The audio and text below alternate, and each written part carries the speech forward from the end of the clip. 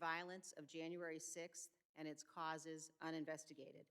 The American people deserve the full and open testimony of every person with knowledge of the planning and preparation for January 6th. Officer Gonell, when you think about that and share with us the vivid memory of the cruelty and the violence of the assault that day, and then you hear former President Trump say, quote, "It was a loving crowd. There was a lot of love in the crowd." How does that make you feel? It's upsetting. It's a pathetic excuse for his behavior, for something that he himself helped to create, this monstrosity. I'm still recovering from those hugs and kisses that day that he claimed that so many rioters, terrorists, were assaulting us that day. If that was hugs and kisses, then we should all go to his house and do the same thing to him. To me, it's insulting, it's demoralizing, because everything that we did was to prevent everyone in the Capitol from getting hurt. And what he was doing, instead of sending the military, instead of sending the support or telling his people, his supporter, to stop this nonsense, he egged them to continue fighting. I was in the lowest West Terrace fighting alongside these officers. And all of them were telling us, Trump sent us.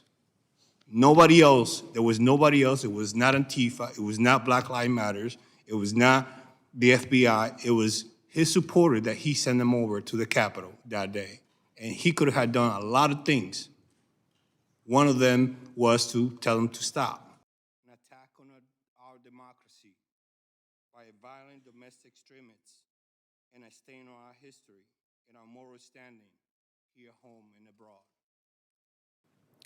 I was trying to push guys off of me, create some space. All the while, I recognized the fact that there were individuals that were trying to grab a hold of my gun.